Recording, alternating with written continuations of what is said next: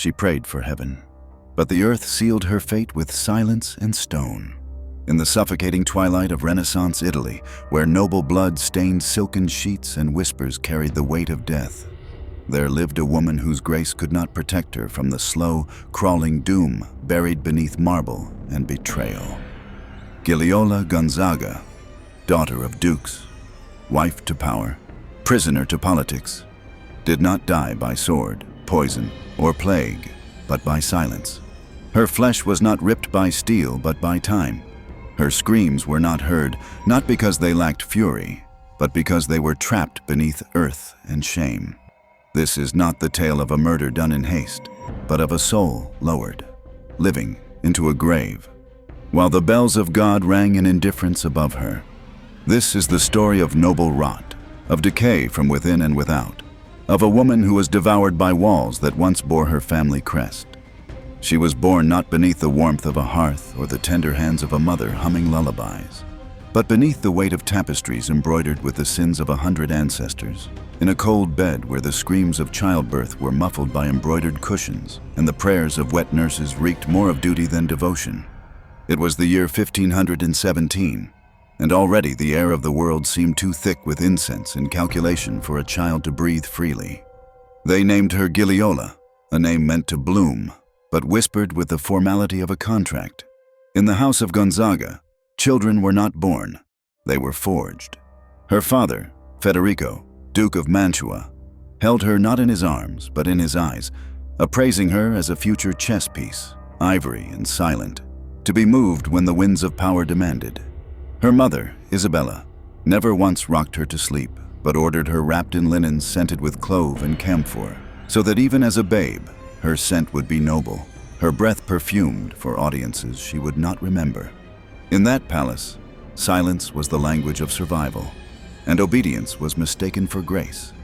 The halls in which she learned to walk were not corridors, but gilded cages, frescoed with saints and dripping with the rot of old power. Between stone arches and burning candles, Giliola grew like a white rose in a tomb, pale, exquisite, and utterly starved of sun. The maids who dressed her did so with hands that trembled, not from love, but from fear of punishment if a ribbon sat crooked or a bruise bloomed too visibly. Her governess, a widow who spoke only in scripture, told her stories not of princes and magic, but of women swallowed by the fires of lust, rebellion, or vanity, each tale ending with the hiss of damnation. Even as a child, Giliola's beauty was spoken of with the restraint of reverence and the greed of prophecy. Like a Madonna, the painters whispered as they studied her cheekbones, but with eyes that could drown a man's soul. Her hair was the color of winter wheat, her skin like alabaster smoothed by candlelight, but it was her silence that most enchanted and unsettled, a stillness not of innocence, but of something rehearsed, restrained, rehearsed again. The way she bowed, the way she folded her hand, the way she smiled when introduced to strangers, all of it practiced, polished, performed. And yet, behind those performances, behind the veil of silk and pearls, something darker flickered. Not rebellion, but resignation. By the time she bled for the first time at 13, she was already promised, already prepared. Her blood was not her own. Her tears, if they fell, did so only in secret, onto pillows embroidered with lilies, flowers for the dead. She was not raised to love, she was raised to endure. And so Giliola Gonzaga, daughter of Mantua, drifted like incense through a world too heavy to touch, a spectral presence in a living body, ornamented in virtue, stripped of voice. She would one day become the perfect offering. The only question was, to whom would she be sacrificed, and how long would the altar wait? It was the spring of 1534 when Giliola, draped in white silk stitched with thread soaked in frankincense and bloodline, was led through the golden nave of the Cathedral of Ferrara toward a man whose smile never reached his eyes and whose hands trembled not from love, but from possession deferred. Ercole d'Este, twice her age and thrice her shadow, waited at the altar like a predator dressed in velvet, his fingers adorned with rings that once belonged to wives now silenced, buried, or banished. The wedding was no union. It was a masquerade of splendor overwrought. The ceiling swirled with painted angels whose eyes wept gold. The guests reeked of power, wine, and suppressed laughter. And the altar, though carved of marble, seemed to pulse with something warm and wet beneath its surface. As vows were exchanged, hollow words whispered beneath flickering candelabras that bent with the weight of smoke. Giliola's throat tightened, not from fear, but from the unshakable sense that her soul had been placed on a pyre, and the match had already been struck. From the moment she stepped across the threshold of the Este Palace, she ceased to be a bride and became a relic, a living artifact to be displayed when convenient and locked away when inconvenient. The chambers assigned to her were vast but frigid, heavy with the scent of lavender past its bloom, and beneath the floorboards she sometimes heard scratching, rats perhaps, or the echo of footsteps long since faded, the ghosts of other noblewomen whose dowries were paid in flesh. Ercole, once praised for his charm, revealed the true face of rot behind the mask. His touch was possessive, abrupt, and tinged with rage, barely concealed beneath aristocratic poise. He spoke to her only when the court watched, and when they did not, he watched her like one watches a trapped animal, curious to see when it would break its own bones to escape the cage. He kept mistresses openly, one of them a girl of 15 who mocked Giliola's childless womb with impunity. And when Giliola confronted him, he laughed and poured wine on her lap, whispering that her bitterness fermented well, like aged vinegar. Her letters home, carefully penned in the lonely hours before dawn when the candles burned low and the night felt like it would never end, were sent with trembling hands but never received, or perhaps never answered. No reply came from Mantua. No voice called her name beyond these walls. Only the servants, whose eyes darted away at her presence, offered her silent recognition. And even then, their glances held pity and superstition, as if she carried something cursed in her skin. She began to hear things. Not hallucinations, not yet. Just the slow drip of something cold behind the walls, the whisper of prayers recited in reverse, the flutter of black wings against stained glass in the chapel where no bird should fly. Her body, once praised for its beauty, began to betray her. She woke with bruises she did not remember earning, trembled in warm rooms, bled between her thighs with no rhythm or reason. Her skin grew pale, blotched with shadows that no powder could conceal. She scratched herself in sleep until she bled, and the blood, thick and dark, pooled like ink on her sheets. A testimony, a warning. Court life became theater, and Giliola, a puppet sewn from pearls and grief, played her part with the elegance of the condemned. At banquets, she smiled until her lips cracked, until wine stung the wounds. When music played, her hands twitched in her lap like spiders, unable to follow rhythm. Her name was spoken only in muttered gossip. La sposa maledetta, the cursed bride, the empty vessel, the reason the Este line faltered. In the quietest hour of the night, when even the shadows dared not move, she would walk the frescoed halls barefoot, her gown trailing behind like a shroud. The walls seemed to breathe. The painted saints turned their eyes away. The flickering torches made the marble faces of old Este patriarchs leer with contempt. Her footsteps echoed like funeral bells through corridors that no longer felt real. In those moments, she did not cry. She simply faded, a little more each night, until the woman who had once been Giliola Gonzaga was no longer fully there. She withered, not from disease, but from erasure, not from poison, but from neglect. And somewhere in the twisting veins of that ancient palace, something was watching, waiting for her to vanish completely, so it could feed on what little warmth remained in her bones.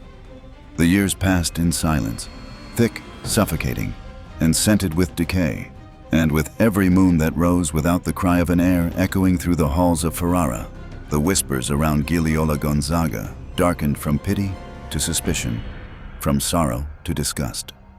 At first, the court had murmured gently, the way one murmurs about a garden that bears no fruit.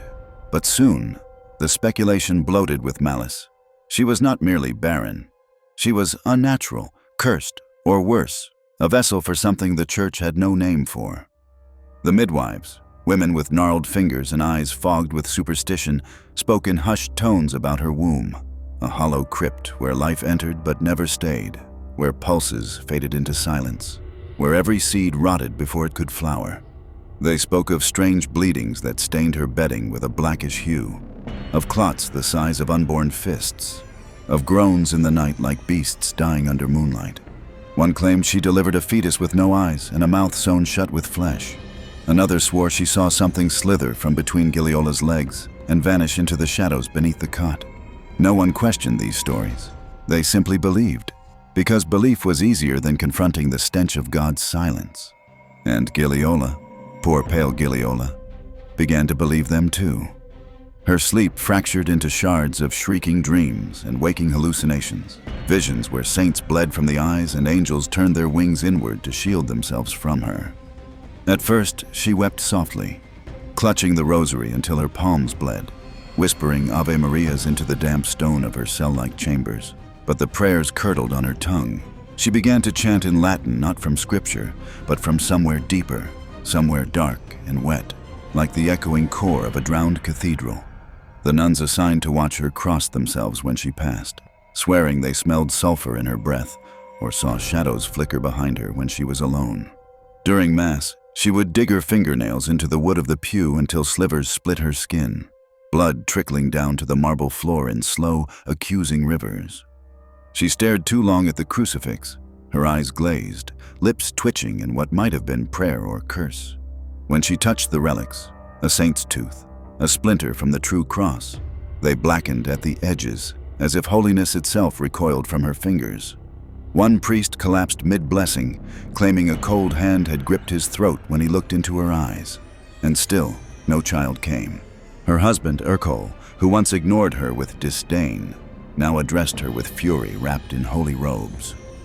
"You are defiled," he spat after one failed bleeding, his breath sour with wine and smoke. "You bring death where there should be life. I will have you exorcised, even if it splits your skull to let the demon out." And he did.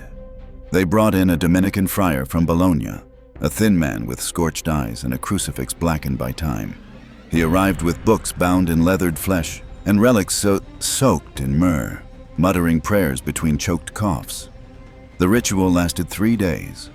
They tied her to the bedposts with cloth soaked in holy oil, and when she thrashed, they gagged her with ash. He read from the Psalms while pouring vinegar into her ears. He burned incense until her lungs rattled. He pressed the crucifix to her navel until her skin blistered and bled. She did not scream. She laughed, but it was not the laughter of a woman. It was dry, broken, the sound of something unraveling, of sanity peeling away like burnt parchment. When it was done, the friar fled, muttering that the soul inside her was not alone. The servants refused to enter her chambers after dusk. Even the rats began to avoid her room, choosing the kitchens over the cold womb of the silent duchess. By the winter of 1551, her body was visibly deteriorating. Her skin turned sallow and paper-thin, stretched over a frame that trembled constantly, her hands swollen with bruises that bloomed without cause. Her teeth loosened, her gums bled when she smiled. Her eyes, once praised in youth as clear as Mantuan lakes, grew bloodshot and yellowed, ringed with bruised flesh like rotting fruit. In her mind, reality became waterlogged and slippery. She heard voices in the stones. She spoke to the Virgin in riddles. She believed the fetus had been born, a pale thing with no breath, which she swaddled and sang to, cradling a bundle of rags soaked in her own blood. They stopped letting her into the chapel. They boarded up the windows of her room. They locked her door from the outside. And still she bled. And still she prayed. And still she waited. For a child, for death, for fire, for something to crack open the walls and let her escape the womb of her own unending torment. It was the year 1554, and the moon hung over Ferrara like a blade, pale, sharp, and trembling with the weight of unshed judgment. The night breathed cold through cloisters slick with mildew, and somewhere beyond the cathedral walls, bells tolled softly for a soul not yet dead but already condemned. They did not call it a trial, not officially, not aloud. There were no proclamations, no crowds, no gavel-struck silence. Only the creak of ancient hinges and the whisper of feet on flagstones as men cloaked in velvet and smoke gathered in a locked chamber suffused with candlelight and incense. A makeshift inquisition hiding behind the guise of prayer. The cathedral, once a house of God, became a womb for quiet corruption that night, its stained glass saints flickering with firelight that made their expressions twist, as though even they recoiled from what was about to unfold. Giliola Gonzaga, thin as famine and pale as linen, was led in with wrists bound not by chains but by embroidered cloth, a gesture of noble courtesy that did nothing to soften the violence of what followed. Her hair, once golden, now hung like wilted straw over her shoulders, clinging to her temples with the sweat of fever and fear. Her eyes, hollow but unblinking, surveyed her judges with the detachment of the already damned. They called her barren. They called her cursed. They called her a traitor to flesh and womb alike. And as the flickering light trembled against damp stone, they began to speak of devils, of whispers in the night, of rooms chilled by unseen presence, of a husband's seed turned to ash within her.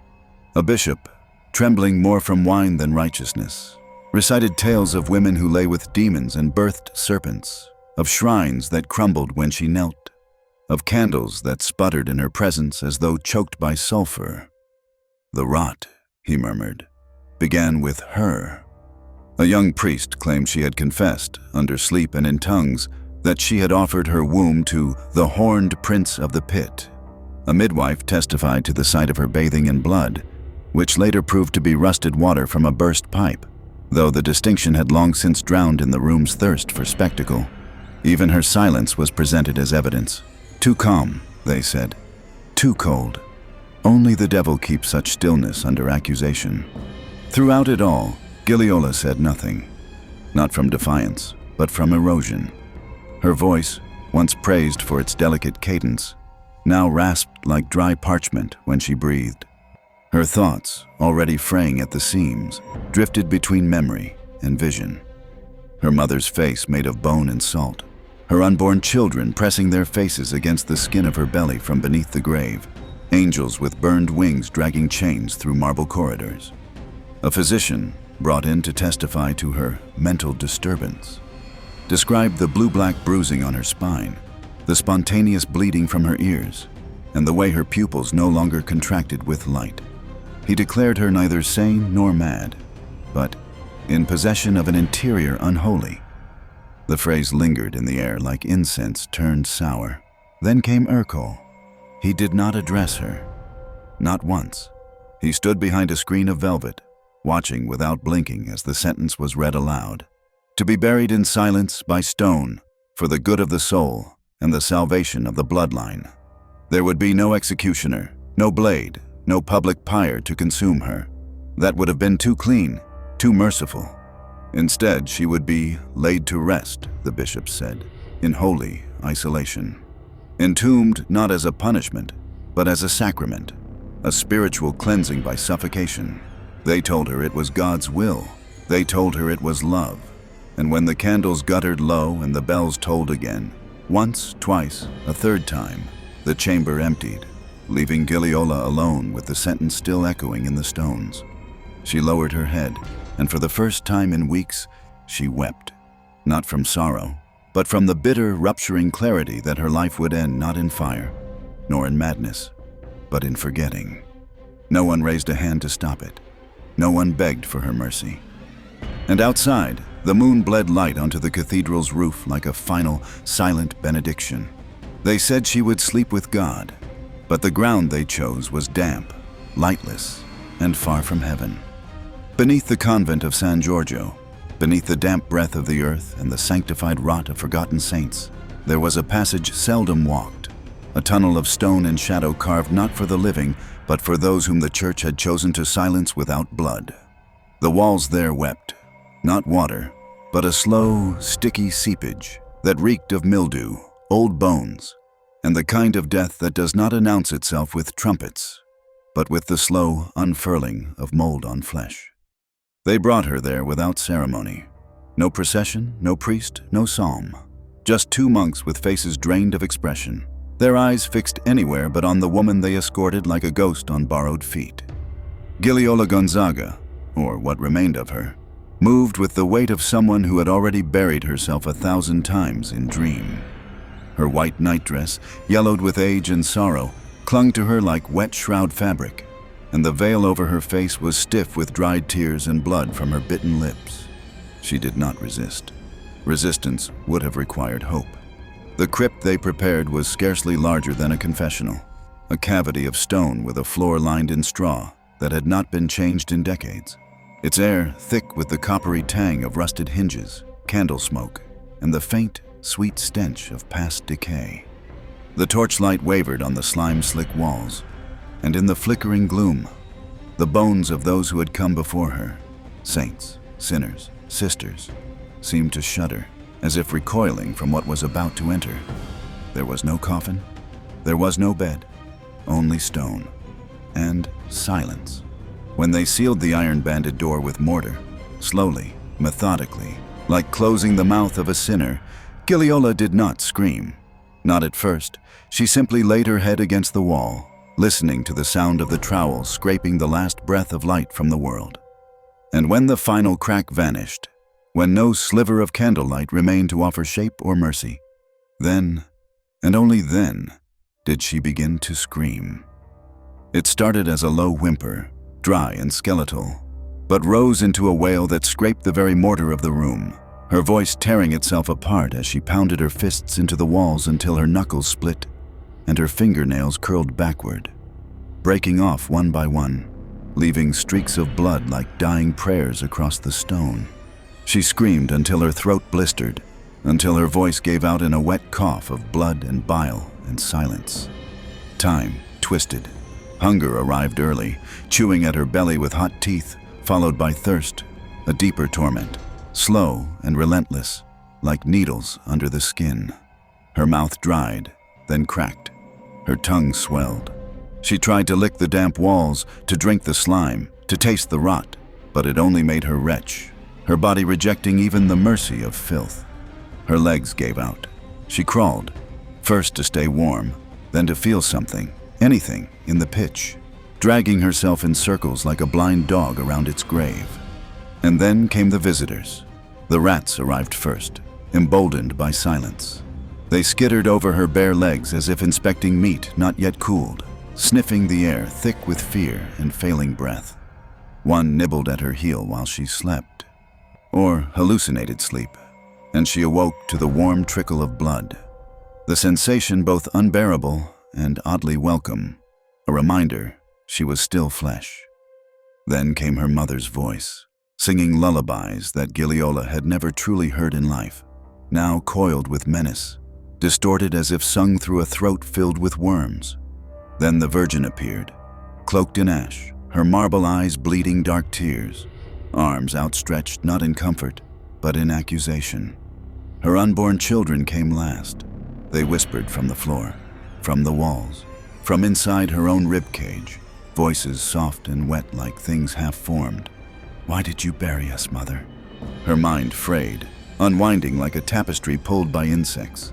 Her dignity was the first to die, followed by reason, followed by time. She babbled to herself, to God, to the rats, to the stones. She tore out clumps of her hair and braided them into knots, offering them to the Virgin in exchange for breath. She laughed when she found one of her fingernails in the straw, held it like a relic, kissed it, wept. By the third day, or what felt like the third day, for there was no light, no clock, only the slow ticking of madness, her body began to fail.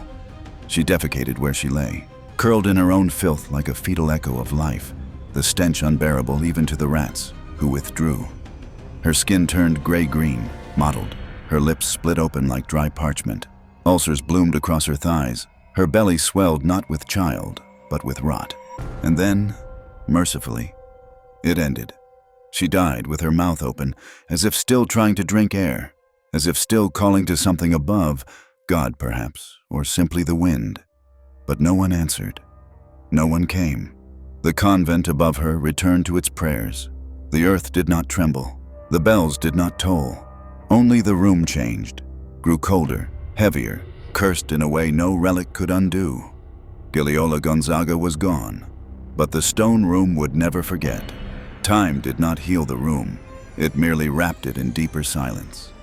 Centuries slipped by like breath exhaled beneath cathedral vaults, the world above grinding onward in triumphs and betrayals, while below, in the belly of stone, the crypt remained sealed, its mortar unbroken, its air thick with a death that had long since ceased to rot and instead settled into something colder, quieter, and more enduring.